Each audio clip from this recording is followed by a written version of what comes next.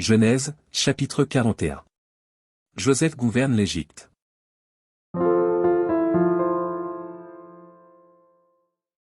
Au bout de 2 ans, Pharaon eut un songe.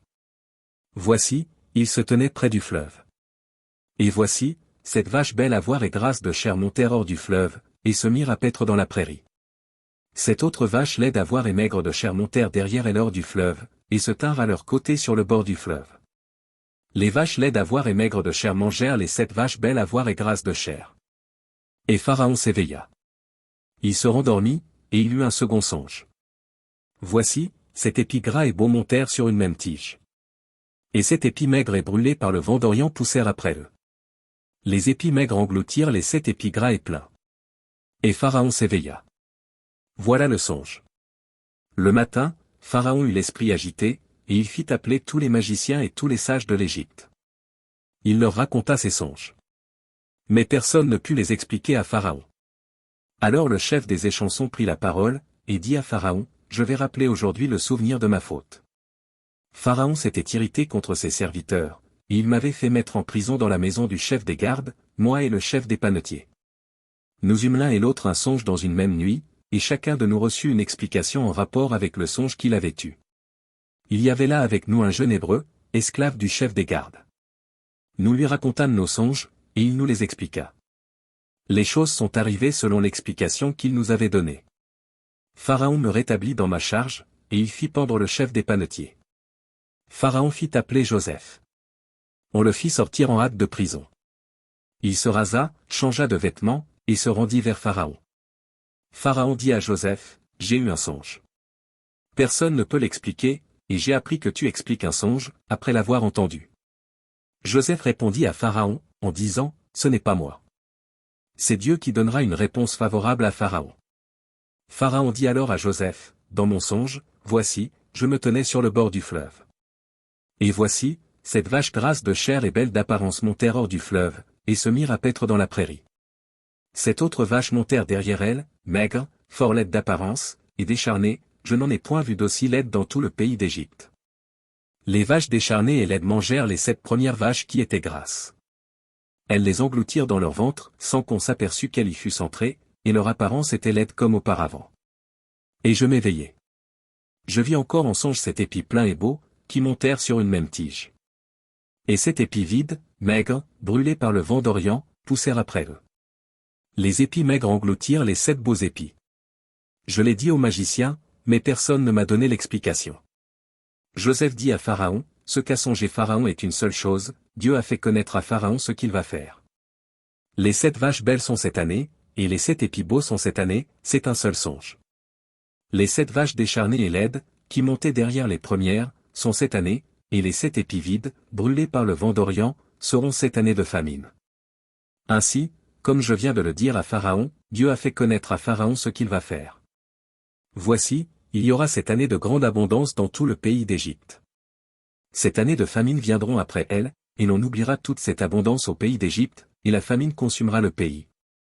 Cette famine qui suivra sera si forte qu'on ne s'apercevra plus de l'abondance dans le pays. Si Pharaon a vu le songe se répéter une seconde fois, c'est que la chose est arrêtée de la part de Dieu, et que Dieu se hâtera de l'exécuter. Maintenant, que Pharaon choisisse un homme intelligent et sage, et qu'il le mette à la tête du pays d'Égypte. Que Pharaon établisse des commissaires sur le pays, pour lever un 5e des récoltes de l'Égypte pendant les 7 années d'abondance.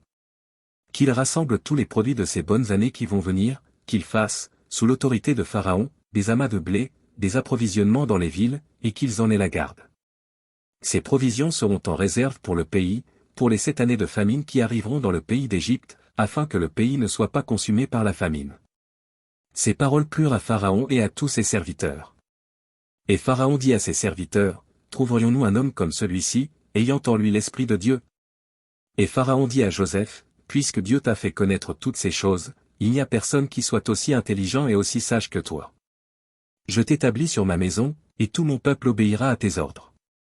Le trône seul m'élèvera au-dessus de toi. » Pharaon dit à Joseph, « Vois, je te donne le commandement de tout le pays d'Égypte. » Pharaon ôta son anneau de la main, et le mit à la main de Joseph, il le revêtit d'habits de fin lin, et lui mit un collier d'or au cou. Il le fit monter sur le char qui suivait le sien, et l'on criait devant lui, à genoux. C'est ainsi que Pharaon lui donna le commandement de tout le pays d'Égypte. Il dit encore à Joseph, « Je suis Pharaon. Et sans toi personne ne lèvera la main ni le pied dans tout le pays d'Égypte. » Pharaon appela Joseph du nom de Tsaphnat-Paénéach, et il lui donna pour femme Asnath, fille de Potiphéra, prêtre d'On. Et Joseph partit pour visiter le pays d'Égypte. Joseph était âgé de 30 ans lorsqu'il se présenta devant Pharaon, roi d'Égypte, et il quitta Pharaon, et parcourut tout le pays d'Égypte. Pendant les 7 années de fertilité, la terre rapporta abondamment. Joseph rassembla tous les produits de ces 7 années dans le pays d'Égypte, il fit des approvisionnements dans les villes, mettant dans l'intérieur de chaque ville les productions des champs d'alentour. Joseph amassa du blé, comme le sable de la mer, en quantité si considérable que l'on cessa de compter, parce qu'il n'y avait plus de nombre. Avant les années de famine, il naquit à Joseph 2 fils, que lui enfanta Asnath, fille de Potiphéra, prêtre d'On. Joseph donna au premier-né le nom de Manassé, car, dit-il, Dieu m'a fait oublier toutes mes peines et toute la maison de mon père. Et il donna au second le nom d'Éphraïm, car, dit-il, Dieu m'a rendu fécond dans le pays de mon affliction. Les 7 années d'abondance qu'il y eut au pays d'Égypte s'écoulèrent. Et les 7 années de famine commencèrent à venir, ainsi que Joseph l'avait annoncé. Il y eut famine dans tous les pays, mais dans tout le pays d'Égypte il y avait du pain.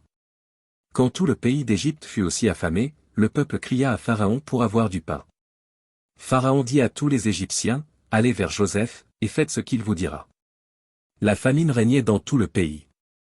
Joseph ouvrit tous les lieux d'approvisionnement, et vendit du blé aux Égyptiens. La famine augmentait dans le pays d'Égypte. Et de tous les pays on arrivait en Égypte, pour acheter du blé auprès de Joseph, car la famine était forte dans tous les pays.